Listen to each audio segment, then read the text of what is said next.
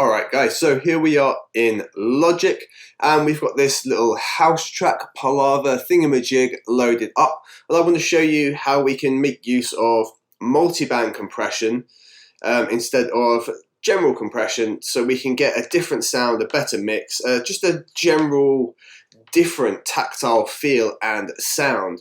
So especially on the bass line, this is going to be really important, and I've utilized it in this track.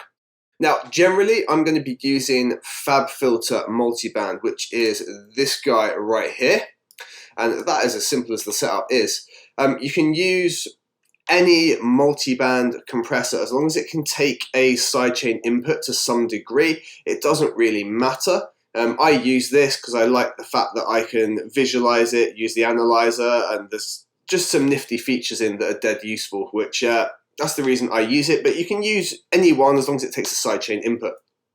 So what's really important here is the kick drum in this track is the driver for the track, and the bass gets right in the same frequency area. If we have a look on here, and what we'll do, we'll just mute this compression here. What we can do is see the two waveforms as they come in. The grey one is the bass line and the red one is the kick drum. If you look towards the left, the fundamental frequency is going to be like a big arc, like on most frequency analyzers, and you'll see that they're fighting for the same space. Look.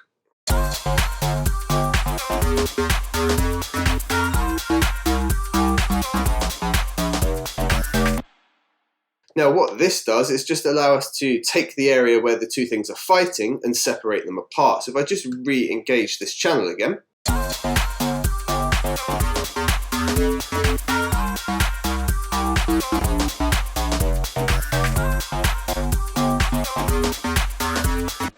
hopefully you can really hear the difference there.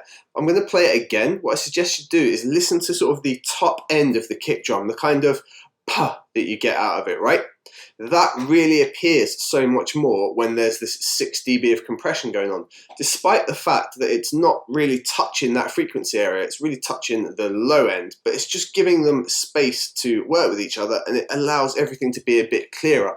So listen again. When I play it, it's kind of muffled. They work, you can hear the different elements because the kick's really powerful, but when I engage that little bit of compression just on that tiny frequency spectrum, it makes a big difference in clarity. So listen to it.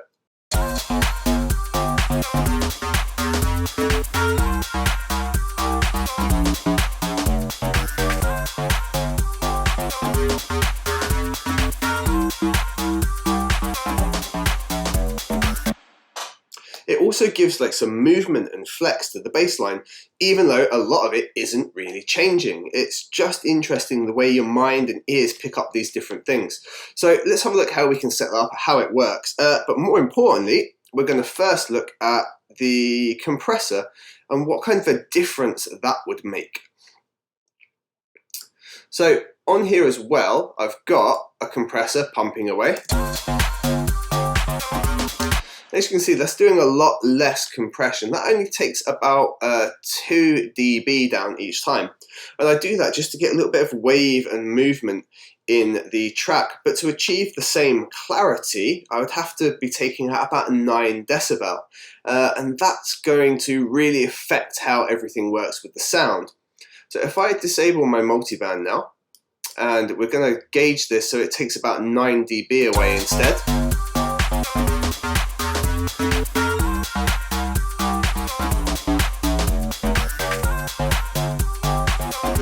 Sweet, so now we're losing a lot of the bass itself. It's being pumped far too hard, because I'm taking down the whole lot.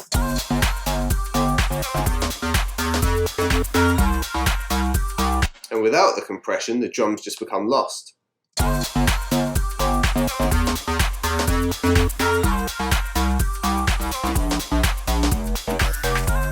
So to get that movement and bounce, I just have it compressing by a couple of dB.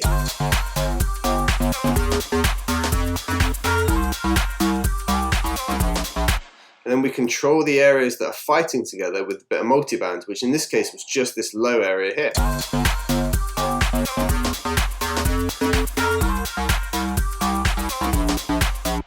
So I'll just go over how you can set that up with FabFilter's Multiband. So if I just grab a blank version of it here. So first thing we need to do is go into sidechain and choose the sidechain input. In this track we go into the kick line, but it can be whatever you like. We then need something in here for it to work to, so we can click and just create a point here, and we can stretch that, cover any frequency area we like. It's the beauty of this plugin. We get this little panel at the bottom. Attack and release, really important. In this case I've got quite a slow attack, which gives us a really pumping low end. Sometimes if you want the real transient of the kick to snap through, you want a really fast attack. Have a listen to the differences there. What we need to do is open this expert panel just here, and we're going to choose external for sidechain. This will now let us see both frequencies. And the compressor is now responding to the external chain. Now I said about that attack and release. If we pull this attack right down, we get a much more punchy response.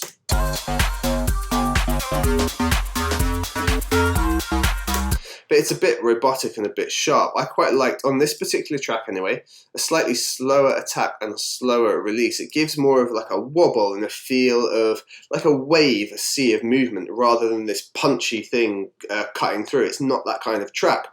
However, something like dubstep, where you want the, say, snare drum to suddenly punch right through, you want to do a really fast attack there.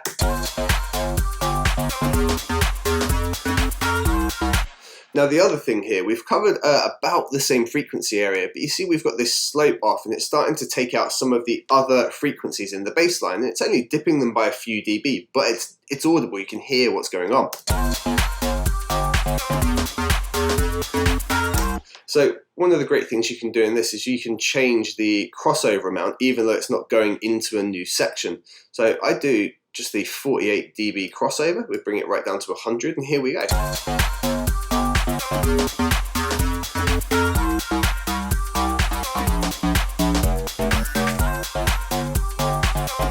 Now we're really just cutting down the area that we most need to.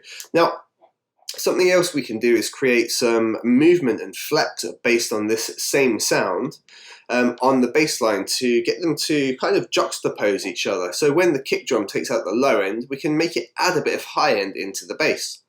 If we make another point here, we're going to switch from compression to expansion. We're going to push the range into the plus rather than the minus. You see we get a nice bump upwards.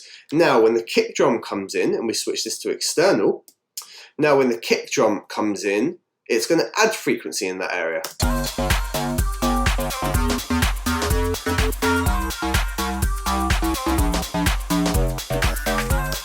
Now if we give this quite a slow release, but a fast attack, it will pump quite nicely, and we can exaggerate it so we can really hear it. I'll push it up by around 6 dB, we should be able to really hear what that's doing.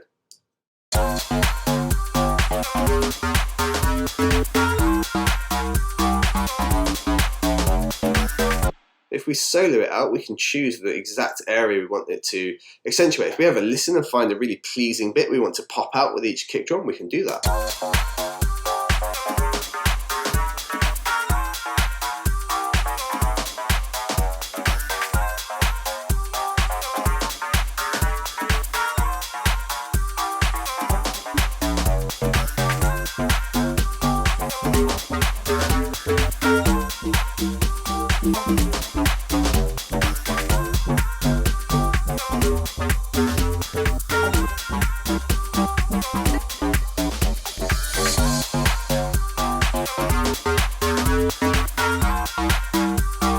So we're now using the kick drum to control frequency pop-outs in certain areas of the sound as well. It's just something you can do so they're not fighting together, they're working in harmony with one another. And that's just one of the little tricks I use with multiband compression on bass lines. So like I said, don't have to be FabFilter Pro Multiband, you can use just about anything that takes an input. Go and have a little play around, and hopefully you get some more clarity in your mixes. If you've got any questions about this, please throw it in the comments down below. I do my best to get back to everyone. And thank you very much for watching. I'll see you guys on the next video.